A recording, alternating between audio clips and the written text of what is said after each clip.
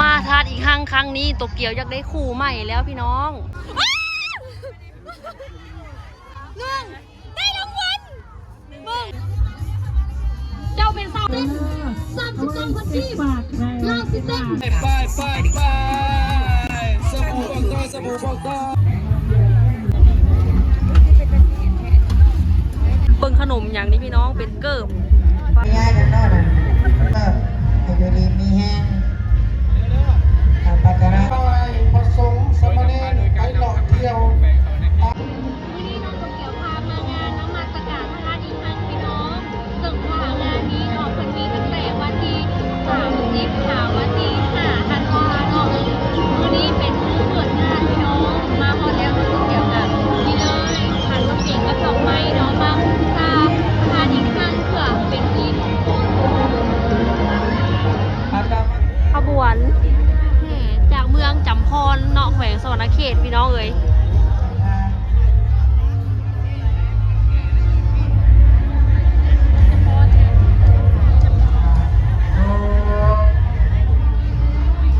ง่ายๆกันนอนตั้งแต่ขมวดเท่านี้มาหอดกับเบิ่งสองเงินดีเป็นบุญเป็นกุศลก็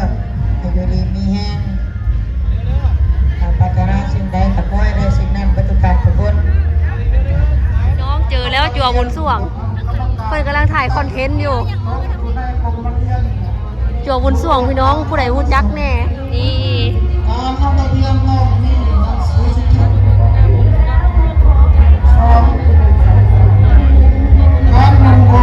FC จัวบุญส่วง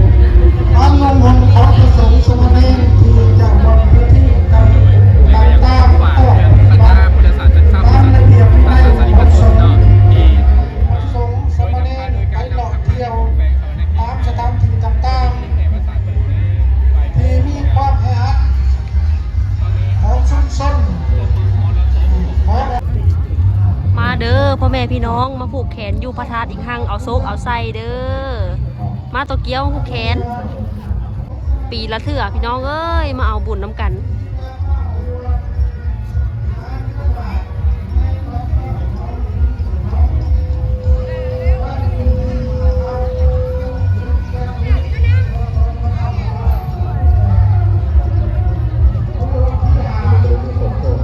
มาทานอีกครั้งนี้โตเกียวอยากได้คู่ใหม่แล้วพี่น้อง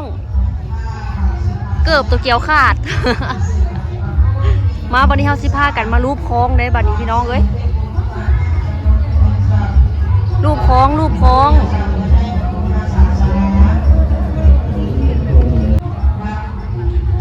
้องเพื่อแบบว่าเฮาอธิษฐานเนาะพี่น้องความเสื่อก็คือสมมุติว่าเฮารูปคล้องดังก็ถือว่าอันคำอธิษฐานของเฮาในข้อนั้นนะจะเป็นจริงเนาะถ้าบ่ดังแสดงว่ายังบ่แม่นความจริงพี่น้องมาเบิ่งมาชมน้ำกันว่าโตเกียวนะเพิ่นสิรูปคล้องดังบ่พี่น้องมาเบิ่งเด้อนี่ห้อยคนรูปจนเกี้ยงพี่น้องเอ้ยนี่เป็นความเสื่อส่วนบุคคลพี่น้องเอ้ยเอาเลยลงมือครับ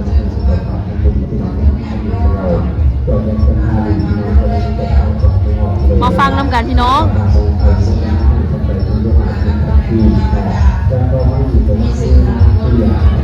มีเสียงไหมอุ้ย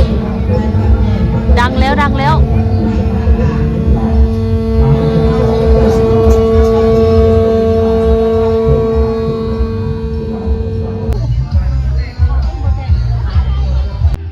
งจากที่ทำบุญเนาะพี่น้องขอพรเรียบร้อยแล้วน้องโตเกียวที่พาไปเบิ่งเน็ตไอดอลประเทศลาวเนาะพี่น้องในผู้ใดสิรู้จักคือน้องโตเกียวบนน้องที่พาไปเบิ่งพี่น้องว่า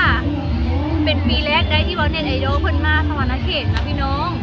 แล้วก็ตอนที่เข้าไปเวียงจันทน์นะเพิ่นก็ไปเฮ็ดบูธแต่เฮานะเลาะบนหัวพี่น้องเลยมาวันนี้เพิ่นมาสวรรณเขตมาหาเฮาถึงที่แล้วพี่น้องที่พาไปเบิ่งเฮาก็บ่เคยเห็นตัวจริงจ้าเถื่อมาหลายคนอยู่ได้พี่น้องเลยไปที่พาไปเบิ่งเพิ่นว่าอยู่แถวอันเวทีแล้วมีมุกปัดควายอยู่น่าจะเป็นมุกเฟืองควายนะน้องไปเบิ่งน้ำกันพี่น้องไปตามหาเบิ่งไปเลยเฮาจะได้เห็นตัวจริงของเน็ตไอดอลประเทศลาวแล้วพี่น้องมาเบิ่งน้ำกันว่าพี่น้อง FC สีฮู้จักคนใดแน่เนาะ มีแต่คนดังๆเป็นดาวติ๊กต็อกทั้งนั้นเลยพี่น้องเอ้ยพี่น้องน้องตัวเกียวอยากได้การ์ตูนตัวไหนโอ้ย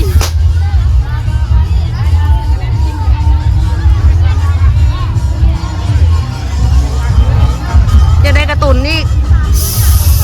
3 ลูก80 บาทพี่น้อง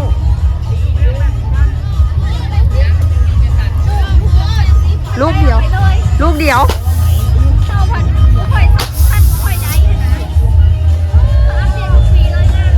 อัปเดตทุกปีเลยพี่น้อง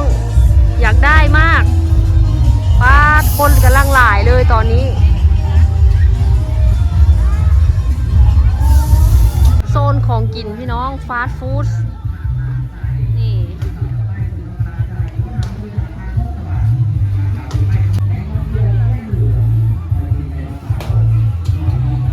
สะพรนางสาวจับป้ายผู้กระทำโดยฐานะด้วยผลิตภัณฑ์ที่เป็นเอกลักษณ์ของเมืองขบวนฟ้อนเสื้อกระบอกใหญ่ของชาวบ้านโพลงามที่เป็นเอกลักษณ์ศิลปะท้องถิ่นจำนวน50 คนสะพรดินแดนภูซึ่งกระบอกใหญ่ก่อนว่าเลยอย่าชื่ออะไรก่อนว่าเลยอย่าชื่ออะไรตั้งแต่ออกเท่าเรียนได้ด้วยตั้งแต่ออกเท่าเรียนได้ด้วยให้ยุ่ง พี่น้องตอนนี้เขาตามหาบูธของคนดังนะยังบ่เห็นเลยป่านนั้นบุญธาตุหลวงนั้นโตเกียวเนาะหาบ่เห็นจักเถื่อเจ้าอยู่บ่อใดย่างจนสิอ้อมแล้วพี่น้องเดี๋ยวเฮาสิไปทางนี้เนาะนี่ทางนี้น่าสิเห็นอยู่ทางนี้เนาะพี่น้องย่างจนขาล่อยแล้วตอนนี้นะ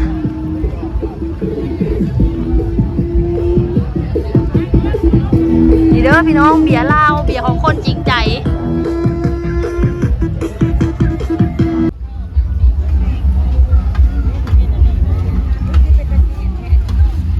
เบิ่งขนมอย่างนี้พี่น้องเป็นเกิบฟ้าโตเกียวอยากได้เกิบพอดีเลยแต่ว่าไม่มีไซส์โตเกียวอ่ะซันเกิบพอดีนะพี่น้องเบิ่งนี่มีลูกค้าแล้วบอนี่เป็นชูชิโซนอาหารไทยเด้อพี่น้องคนก็หลายเนาะเพื่อเช่าสิต่อคิวซื้อได้นี่โอ้ยโบแมนเลี้ยงง่ายพี่น้องแต่จุดประสงค์เฮาโบแมนร้านนี้แน่นอนจุดประสงค์เฮาไปหาคนดังพี่น้องไปหาคนดังอันนี้คือขนมจีบหน้าซีเมนแถวโซนแบบนี้แหละพี่น้องเดี๋ยวไปเบิ่งน้ำกัน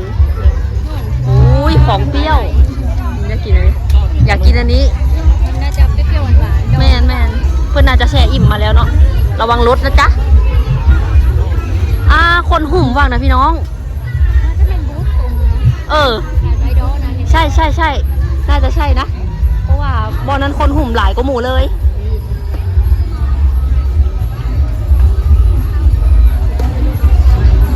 มีตำรวจรักษาความปลอดภัยอีกพี่น้องอยู่บอนนี้น่าจะแม่นบูธของเน็ตไอดอลแน่นอนเลย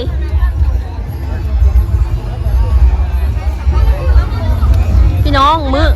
มือนี่นะตัวเกียวมีคนกรีดกระเป๋าเนาะคนกรีดกระเป๋าเอาเงินกรีดประมาณ4 ล้านกรีบโอ้ตัวเกียวเขาต้องระมัดระวังของมีค่าเฮาเด้อพี่น้องเงินหน่อยหลายก็ถือว่าเงินเนาะบ่มีเงินน้อยบ่ค่อยวาสนาพี่น้องเลย2 แถม 1โอเคแล็กตาซอยของโปรดโตเกียวออกได้2 แถม 1พี่น้องเล็กตาซอย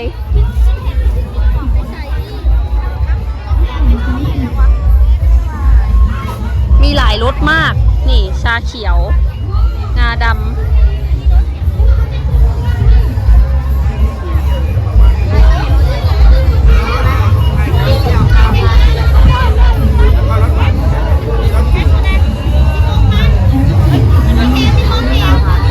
มีของแถมพร้อมโตเกียวได้ยินเสียงเจ๊น้อมแล้วแม่น แม่นเจ๊น้อมจูกำปงพี่น้อง FC ทานไดฮูแน่เนาะ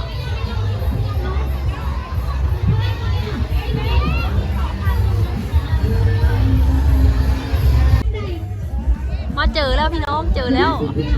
คนหุ่มหลายที่สุดเลยแม่โอ้ คนเยอะมากคนเต็มเลยเนาะมีแต่โซนนี้หมดเลยใช่โซนเน็ตไอดอลเต็มหมดเลยเดี๋ยวไปเบิ่งอะอ๋อซีมโอเคซิมเจียวปลาบั๊มเจ็บปลาบั๊มนี่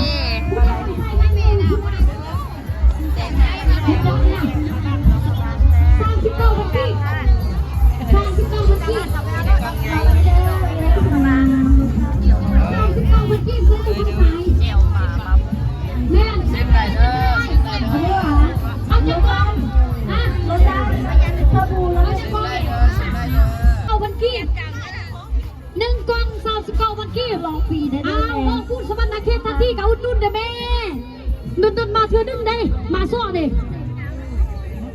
มาเธอหนึ่งเด้ขันมานพี่นากับมาไหมรถซ้อนพิมพ์ผ่าว้าวซื้อไปแล้ว5 ซองตัวมือยืน5 สแต็กตัวมือตบมือแม่เย้โอ้ขอบใจเด้อไอ้ไปหักเจ้าแหงจุ๊บบัว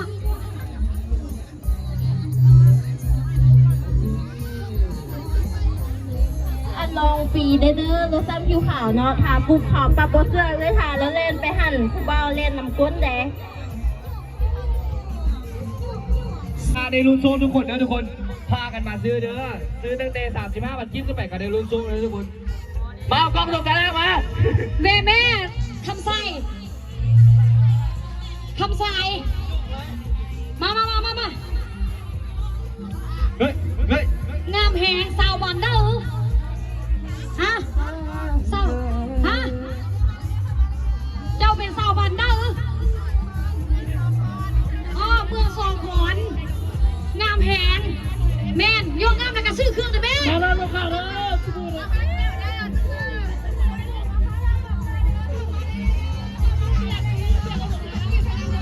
มาเลยลูกค้าเด้อเดี๋ยวสต็อปมิเตอร์เดี๋ยวแป๊บนึงโลชั่น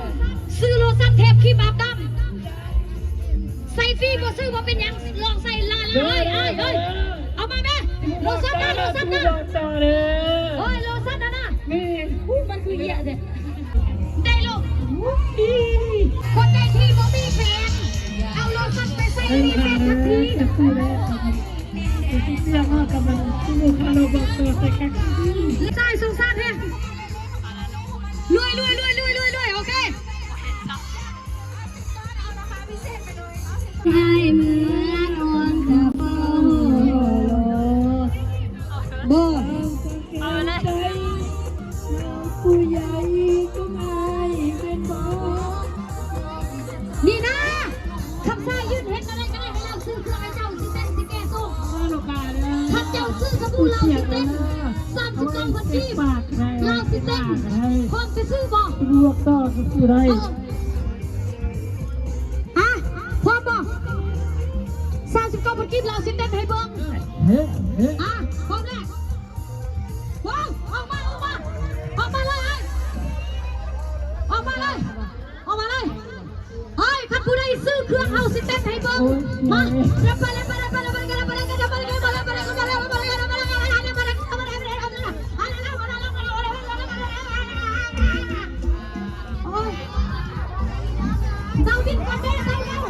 เดาดิ้นกันแม่เดาจะได้กระโดดลุ้นจะได้กระโดดลุ้นโอเคใส่คนทำใจเด้อคนใดที่ซื้อเครื่องเอาเต้นไหนบ้างคนใดซื้อเครื่องเอาเต้นไหนบ้างเลยคนใดซื้อเครื่องเอาเต้นไหนบ้างซื้อสบู่สะอาดในวันผู้สาวสวรรค์ซื้อได้ผู้สาวสวรรค์เด้อซื้อเลยขึ้นมาเลยฟาดเลยยั่วฟัดยังไงบายโอ้โหสุดยอดทางไหนกล้องไม่เป็นเสื้อเลยเด้อพี่น้องทางสวรรค์เขตเด้อซื้อสบู่รัวเลยจ้าสบู่รัวเลยจ้าราคาสุดคุ้มนะพี่น้องเด้อสบู่ได้รุ่นเงินรุ่นคำรุ่น iPhone 17 Pro Max พยักถ่ายรูปน้ำพอค่ารอเสื้อเลยเด้อ ครับพี่น้องมาเลยนะจ้ามาเลยนะจ้าราคาบ่แพงเด้อราคาบ่แพงเด้อรุ่นเงินรุ่นคำรุ่น iPhone 17 Pro Max ลูกค้าเอ้ยเซิร์นเลยเซิร์นเลยใส่ดีใส่ข้างเด้อพี่น้องเด้อใจเย็นใจเย็นเอ้ยใจเย็นมาแล้วบ่ดีมาแล้วบ่มาเด้อพี่น้องเด้อ1 ล้านแจกแล้วโอ้โห1 ล้านแสนกีบเอา1 แสนกีบไปเลยจ้าเอากองน้ำเพิ่นในเด้อเจนคนรอเอากองน้ำเพิ่นแน่เอาเงินไปเลย1 แสนกีบ1 แสนกีบแตกรัวๆเลยจ้าไอ้ฮูบได้ฮูบได้ฮูบมองมาได้เด้อพี่น้องเด้อผู้ใดอยากได้สักเงินจ้าก็ไปได้เด้อว้าวพี่น้องเข้ามาเลยเอาไป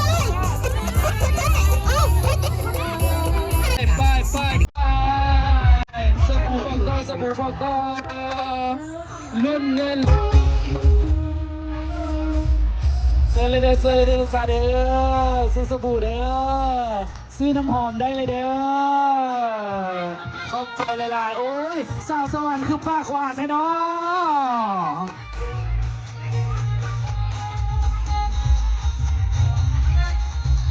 let's go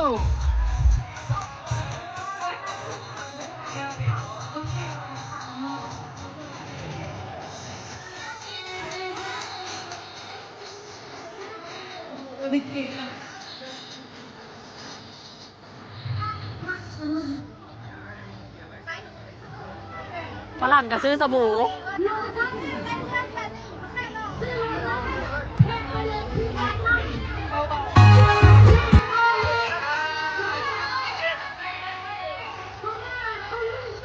ขูดเบิ่งเลย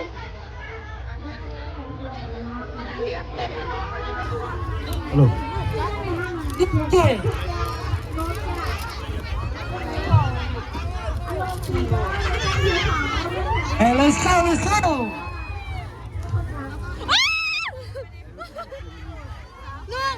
ได้รางวัลเบิ่ง1 แสน เดี๋ย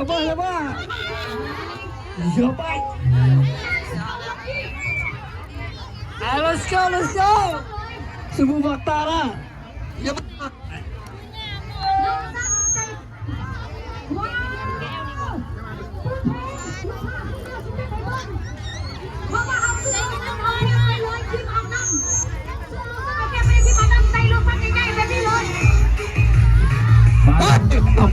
เอาไปเฮ้ย let's go วันนี้เรามีโปรโมชั่นพิเศษเลยเพื่อนมีแถมหนึ่งไม่ลอยไม่ได้อ่านนอกไม่ลอย